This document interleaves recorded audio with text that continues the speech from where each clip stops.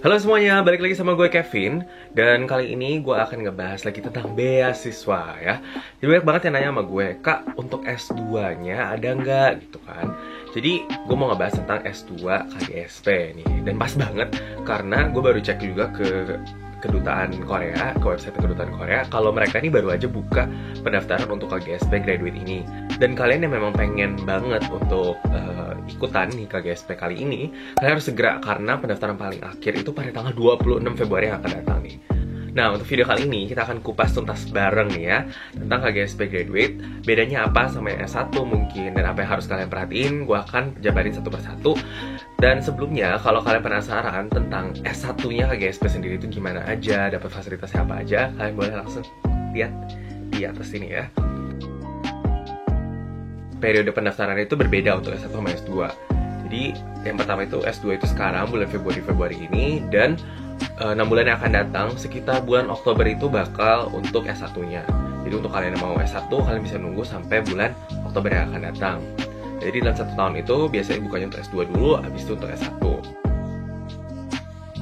Nah, kemudian untuk tahun ini setelah gue cek, untuk kuota untuk orang Indonesia itu banyak banget guys ternyata. Jadi ada 26 orang nih yang bisa dapat KGSP graduate untuk tahun ini. Nah, tapi graduate itu dibagi menjadi dua kan ya.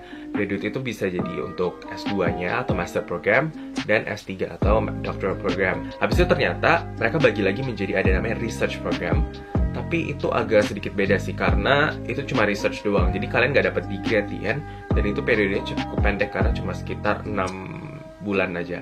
But anyway, kita akan ngebahas lebih fokusnya tentang graduate programnya untuk kali ini, dimana kalian bisa dapat gelar setelah kalian selesai mengikuti KGSP ini.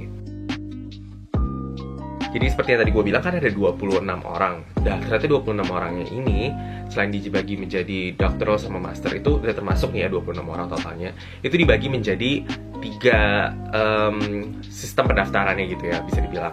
Nah, jadi yang pertama itu Embassy Track. Embassy Track itu seperti yang gue lakukan. Jadi daftarnya kalian itu lewat Embassy dulu. Nah, untuk Embassy Track ini kuotanya ada 12 orang kali ini nih ya. Terus kemudian setelah itu dibagi lagi ada 10 orang untuk yang disebut dengan General Universities, sama 4 orang untuk Regional and Science Universities. Nah, terus gue mau kasih tahu bedanya Embassy Track sama University Track itu apa? Bedanya itu ada di tahapannya. Nah, jadi tahapan pertama itu adalah dokumen kalian akan diseleksi di kedutaan, kalian akan diinterview di kedutaan. Kalau kalian memang lolos, dokumen kalian akan dikirim ke NIIED atau National Institute for International Education. Kemudian abis itu baru dimasukin ke universitas, 3 universitas yang tadi. Dari 3 universitas itu akan seleksi kalian lagi. Dan kalau kalian memang lulus dari 3 universitas itu, kalian pilih dan kalian bisa menjadi penerima untuk KGSP ini. Nah, bedanya kalau sama University Track adalah University Track kalian cuma boleh pilih 1 universitas aja dan 1 major. Tapi lebih singkat karena kalian daftar yang pertama itu bukan dari embassy tapi lewat dari universitasnya langsung. Jadi kalian daftar untuk beasiswanya ini langsung ke universitasnya, KGSP-nya. Kemudian kalau kalian lulus, dokumen itu akan dikirim ke NIIED again. Tapi bisa gue bilang hampir 100% kalau kalian udah lulus dari universitas itu, kalian bakal lulus di NIIED. Karena jarang banget ada situasi di mana NIIED itu tidak menerima rekomendasi dari yang sebelumnya. Jadi menurut gue NIIED itu hanya sekedar screening supaya untuk ngelewatin aja dokumen kalian ini benar-benar misalnya nggak ada yang janggal, nggak ada yang bohong atau gimana. Kak, bedanya plus minusnya apa nih? Mendingan daftar di university atau di embassy? Pasti kalian banyak yang berpikir kayak gitu kan ya. Sekarang balik lagi ke kalian sih. Kalau menurut gue, kalau misalnya University Track itu lebih simpel. Kalau kalian memang sudah punya relasi dengan profesor di sebuah universitas yang ada di Korea, kalau kalian memang tertarik banget dengan research mereka, kalian bisa langsung hubungin, dan menurut gue itu akan jauh lebih cepat memproses kalian untuk dapatkan KGSP ini. Kalau gue pun di sisi dimana gue bisa kenal sama ada relasi kayak gitu, gue pasti akan pilih untuk University Track aja karena jauh lebih simple dan jauh lebih cepat untuk gue bisa mendapatkan KGSP ini. Tapi kalau di satu sisi kalian masih nggak tahu persisnya gimana, kalian mau lebih Tapi kalau kalian masih belum tahu persisnya gimana, kalian mau pilih dari antara 3 universitas, lebih gak gambling di Embassy Track ini. Karena apa? Jadi dari 3 universitas ini ada aja kemungkinan kalian gak keterima di salah satunya. Itu apa yang sebenarnya terjadi di gue waktu S1 ini. Jadi dari 3 universitas gue cuma keterima di 2 universitas, tapi gue akhirnya at the end tetap keterima KGSP karena dari 2 itu gue masih bisa pilih lagi. Jadi itu lebih gak gambling sih. Kembali lagi ke kalian coba pertimbangkan mana yang lebih cocok untuk kalian. Terus habis itu, tadi kan gue ada sempat sebut kalau misalnya University Track itu dibagi lagi menjadi 2. Ada yang disebut dengan General Universities sama Regional and Science Universities. Jadi kalau kalian memang daftarnya untuk Science, Natural Science, itu memang mungkin kemungkinan kalian untuk keterima di Regional Universities itu kayaknya lebih besar menurut gue. Jadi General Universities itu yang selain itu, misalnya kalian dari ilmu sosial, politik, ekonomi, dan segalanya, kalian bisa daftarnya di General Universities ini. Sebenarnya menurut gue untuk persyaratannya sendiri sih nggak terlalu gimana banget gitu ya. Yang pasti yang pertama adalah kalian umurnya harus di bawah 40 tahun. Kemudian setelah itu kalian juga harus udah menerima yang namanya gelar kalian, baik itu waktu kalian masih di S1 ataupun S2 kalau yang mau ke S3 nih ya, sebelum tanggal 1 September 2019. Jadi kalian harus sudah lulus dulu, baru kalian bisa melanjutkan ke KGSP. Dan itu apa yang sebenarnya terjadi untuk gue juga di S1, karena gue harus lulus dulu, habis itu gue baru bisa daftar yang namanya KGSP. Nah, terus habis itu, mereka ini memberikan nilai tambahan kepada mereka yang punya ujian language proficiency in English, sama Korea juga kalau bisa. Dan juga untuk kalian yang daftar di Natural Science dan Engineering, kayak gitu. Nah, kemudian untuk fasilitasnya sendiri sih jauh lebih banyak ya sebenarnya dibandingin sama S1. Yang pertama pasti uang tuition fee-nya itu semuanya di full cover sama mereka. Kemudian kalian juga pasti dapat air flight ticket nih ya, untuk pertama kali pas kalian berangkat dari Indonesia ke Korea. Dan setelah kalian menyelesaikan studi kalian dari Korea ke Indonesia, itu ada air flight ticket. Kemudian juga kalian dapat yang namanya settlement allowance. Jadi kalian pertama kali sampai ke Korea, untuk kalian membeli barang-barang yang kalian butuhkan, dikasih uang kurang lebih kalau nggak salah 200.000 won. Kemudian setelah itu pasti kalian dapat uang saku setiap bulannya. Nah, untuk untuk S2 ini kalian dapat 900.000 won per bulannya. Nah, terus kalian dikasih juga yang namanya research allowance fee. Nah, research allowance-nya ini beda untuk kalian yang misalnya dari ilmu sosial sama yang dari engineering atau dari natural science.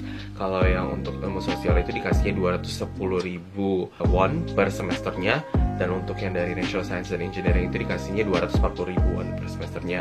Kemudian setelah itu kalian dikasih juga yang namanya language training fee, alias pembelajaran bahasa Korea selama 1 tahun biasanya.